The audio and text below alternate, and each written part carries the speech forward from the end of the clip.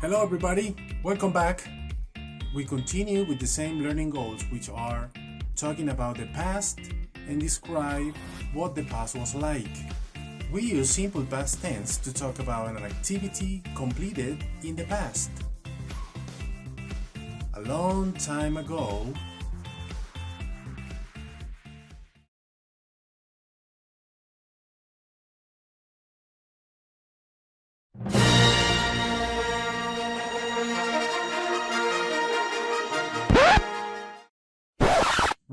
Whoa! Stop! Production, that's not the video. Hey, DJ Waiter, the English class, Unit 3. Oh, sorry teacher, my bad.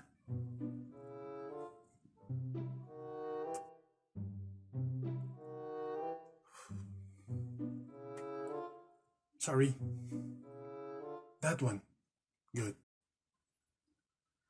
We continue in Unit 3. The type of sentences we'll study are affirmative sentences and negative sentences. Examples. A long time ago, family sat by the fire at night.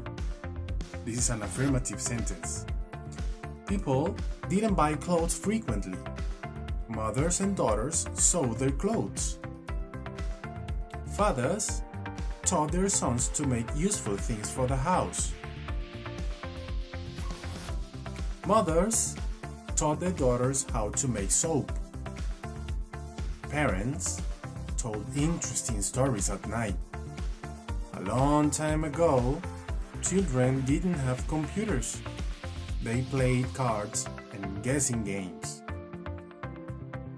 When making negative sentences, you have to use did not or didn't plus a verb. If you want to talk about past actions or activities, it is necessary for you to know the past tense of the verbs. As we already studied in previous lessons, there are two types of verbs: regular and irregular verbs. The past tense of a regular verb is formed just by adding ed or d at the end of the verb.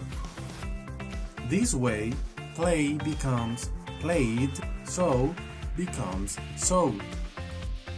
On the other hand, we have irregular verbs. They don't follow a particular rule or pattern to form the past tense. As you can see, sit becomes sat. Buy, bought, teach, taught, and tell becomes told. Therefore, irregular verbs require more practice than regular ones. My advice: learn them by heart. At that time, computers didn't exist. But in 1980, some families did have computers at home. They had basic functions and they were huge. The following video shows how kids react to all computers. Let's see. Kids react to technology! This episode, all computers! Today, you are reacting to this. What is this? What is that? A computer? Oh, it's an old computer. It looks cool. I like pressing buttons. It's huge. It's very huge. If you don't have a desk, where do you put this? It is very hipster. Question time! So it is an old computer. Yes. From the late 1970s or early 80s. What do you think of it just from looking at it? Kind of like those old televisions that are like very boxy. Go ahead, turn it on.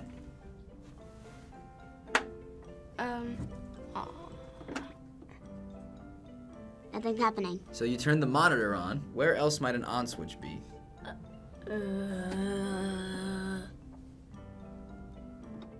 Oh, wait. Hello? How do I do this? It's in the back. Oh, I see where it is. Why does it have to make so much noise? And there's nothing on the screen. Doesn't look anything like what we have now. Apps. games, websites, everything. But this thing right here has nothing. Go ahead and try to do something on the computer. Nothing's happening. How do I do this? You can't do anything or even type until you hit a reset button that's on the computer that's... Reset!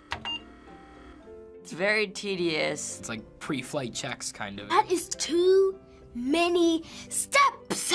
How do you like do anything? Maybe you pressed shift. Okay, that didn't do anything. Where's the mouse? Where's the mouse? Everything is just done with the keyboard. What? Okay, now... No. Okay. I'm gonna write my name.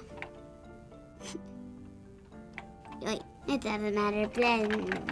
Are there any programs on it? You had to type into the keyboard to get it to do anything. So if I type in games, it returns. Error! Ah, error. This computer isn't an error. How do you go on the internet? You,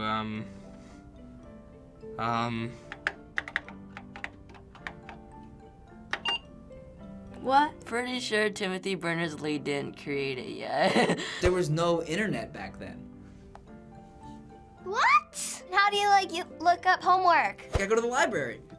Who wants to do that? So computers back then could only do limited things. For example, you can do math, type documents, and code, but that's about it. Are you serious? That's mind-blowing. then it was the peak of technology. Now it seems kind of worthless. Well, it's kind of good because it was kind of the first technology, but the computers today are kind of better. Let's do some math. Go ahead, type in a math problem. 2 plus 2. Return. I don't see anything. When you just type numbers out, the computer doesn't know what you want it to do. It just sees the numbers. You need to give it a command to let it know, hey, I'm about to give you numbers. Answer the math problem. That doesn't make any sense. You have to give some sort of command and then type in what you want it to do? This would be the hardest thing in the world. So what you need to do is you have to type the word print first. Oh. Math has nothing to do with print. I don't get how you have to put print and nothing prints out. So just print, Oh, wait. return. Oh! It did it! I feel so proud of myself! Finally! Took 1,000 years. I don't get it. And I also don't get the 1970s. Person that was using this a long time ago must have a lot of codes right next to them. I don't want to do this anymore. So besides the computer, there is something else next to it. These things. Do you have any idea what those things are? Oh, it's a paper pencil? Power source? External disk drives. They're actually used for this. A CD. It's a CD case. A floppy disk. Oh, floppy disk. It was like a flash drive. They actually call that a floppy disk. Oh yeah, just floppy. That big computer has no hard drive on it. That's horrible. And why is it so big? So floppy disks were used to store data. Floppy disks could also come with programs on them. So the one you're holding has a version of DOS. Dots? Do you know what DOS is? No. No. No? I think it could be somebody's last name. Do you want to play a game on the computer? Yeah. Yes. Could you grab the floppy disk, please? Go ahead, put it in. How do I put this in? Oh, is the lid shut? Right, turn it around. No, other way. No, turn it around. It doesn't like suck it in? Shut it. Ugh. This isn't working. Do I have to press something? Print. Try it. Disk. Return. It said 0. I don't like this computer. Really don't. If the computer was already on and you put in the disk, you gotta turn the computer off and turn it back on. Oh my gosh. You guys are crazy. Yes! It worked. Okay, let me help you. No. Yes. I don't like it. It works at least. No, I think the game I think it broke. messed up. Do I have to pay for it? Too much pixelation. Game over. It's green, which makes it look ugly. At least it's better than Flappy Bird. So every computer, even today, has something called a processor inside of it. And depending on how good your processor is how powerful the machine is. You would need at least 850 of those computers to equal the single power of this one small phone. What? How can they do that? Technology is awesome. Look at how humanity has used their intellect. Pretty awesome. Truth! So finally, would you want one of these today? Sorta. It's pretty cool. No, it can do really nothing. I have better things, so why would I want this? 3 decades ago, I would love to have this, but now this is just a footstool. No. You wouldn't use it? No, the games are boring, the stuff is boring, and the whole thing is boring. Useful language. A lake. Un lago, una laguna. At night. En la noche, por la noche. By the fire. Por el fuego, por la chimenea. Alrededor de la chimenea. Didn't buy. No compraban.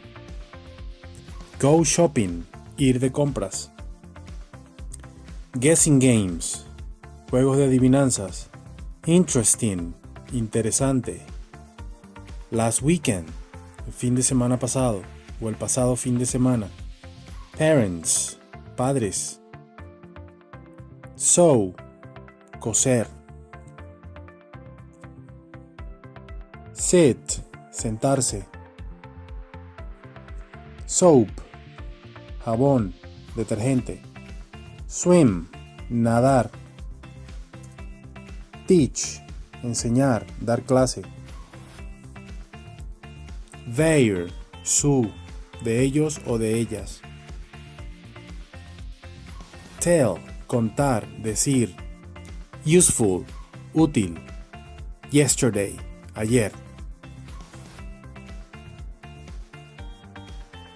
Hoy estudiamos oraciones afirmativas y negativas.